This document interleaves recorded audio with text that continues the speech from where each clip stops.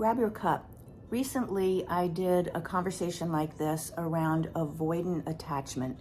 If you've never heard of attachment styles, I had never heard of them for much of my life until I got really interested in why is my life not going the way I thought? Why are my relationships having such trouble? Why am I seeing things show up? Then I was willing to read and learn and practice things and then get trained in things because it made a difference for me. But before that, I had never heard of attachment styles.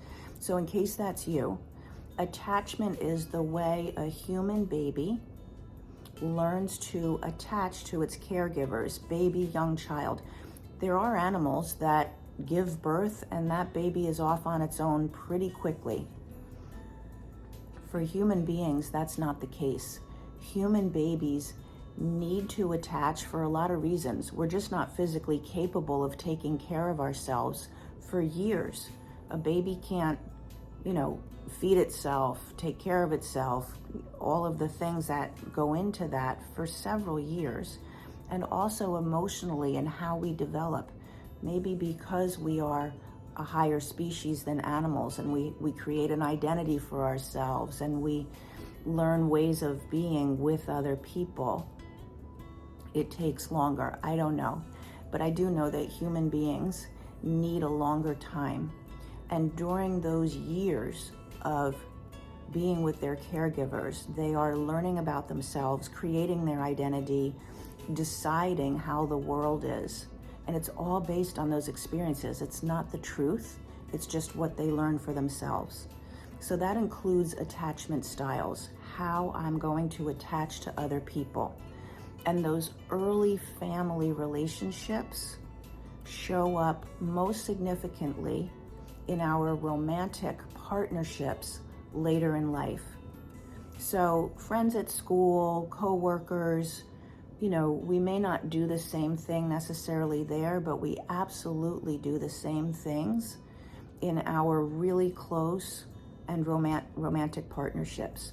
So our attachment styles, if you've had issues in those areas, the way that I did, those attachment styles are something you might want to take a look at. So I had talked about avoidance the other day, real quick. An avoidant style is someone who doesn't want to talk about stuff, does not share their emotions, probably doesn't even really deal with their emotions themselves.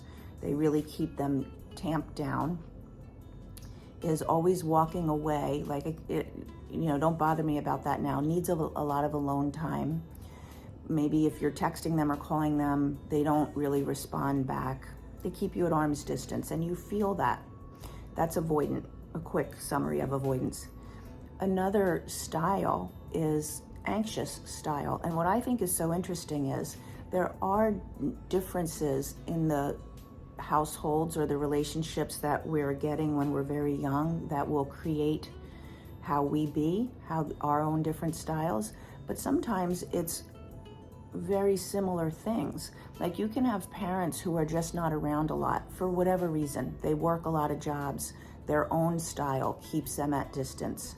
And that will have a child decide, I'm on my own. I can't rely on other people. I don't want to rely on other people. I feel safe when I'm doing it by myself. I feel safe when I keep within myself. And a sibling in the same household might develop a way of, oh my God, I'm on my own again. I need other people. I need help. That's an anxious style. Always looking, when in their head, if you don't call them back, if their partner doesn't call them back or respond to a text, they're going, what did I do? What's wrong? Is he mad at me? Are they going to break up with me? That's the anxious style, always trying to figure out and then needing to have a lot of time together. So you can see that if you're in a partnership, if you're one way and the other person is the other way, that in and of itself is going to cause stress. That's going to bring conflict. Because when you have an issue or a conflict to go over, like something else, and one person is going, I don't want to talk about that right now, and the other person's chasing them down the hallway going, where are you going? We need to talk about this.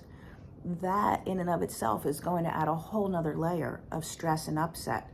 The ability to move through conflicts is going to really be challenged, which then challenges the whole stability of the relationship, right?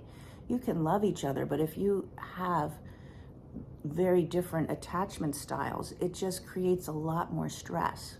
And I am speaking from experience, okay?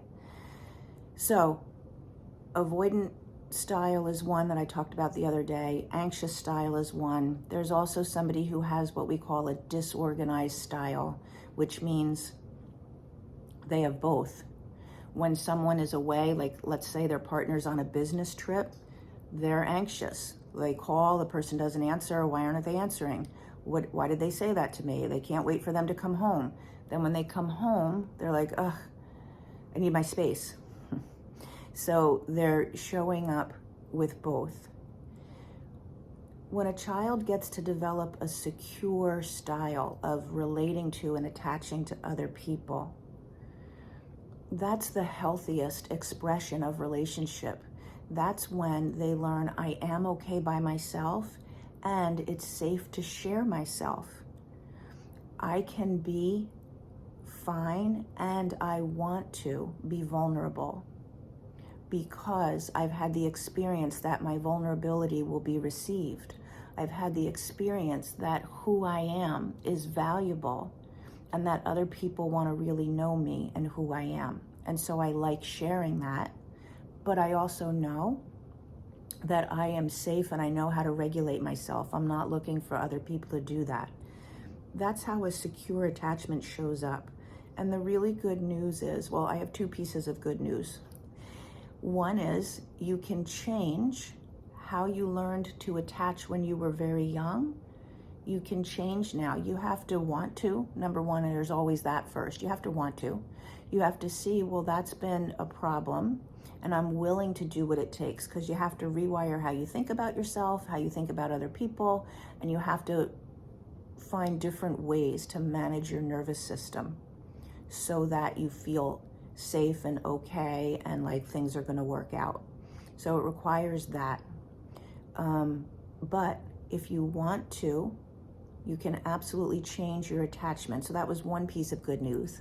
The other piece is, even if you're in a relationship that has two different attachment styles and it's causing a lot of stress, you don't even need the other person to do anything. If they're not interested at changing anything, you can do your work on your own for, let me really look at how I bring that additional stress to the relationship, to any conversation we have, to how I am when things show up. You can do that for yourself, even if the other person doesn't want to do anything, and that will greatly change the dynamic. It will change the dynamic right off the bat because you'll be bringing a different way of being. But it will also bring an example, because now that other person will be in the experience of, wow, that went different. Wow, she really related to me different. They'll have a different experience of you, which could give them permission and open the door for them to decide in the future, I would like to do that too. I can see how that's beneficial. Or not, who knows, right? That's on them. But you can do it for yourself. So these attachment styles, a secure attachment, in my opinion, is how we were meant to be when we came into this life. It's just that people sometimes don't have the circumstances or the tools to create that environment for children. But who we are meant to be is secure and willing to relate and wanting to share. That is the core of the Return to You program. If you're ready and you want to have a conversation, this is not a small endeavor, but I'm happy to clear my calendar and speak to you. Put me in the comments and I will get you my calendar link and clear a space, and it doesn't cost anything, but we can have a conversation about that, okay? Look at your relationships. If you've had patterns like I had patterns that didn't work, not because either one of you are bad people, you just had patterns that didn't work, and you're ready. I'm happy to talk to you. Have a good day.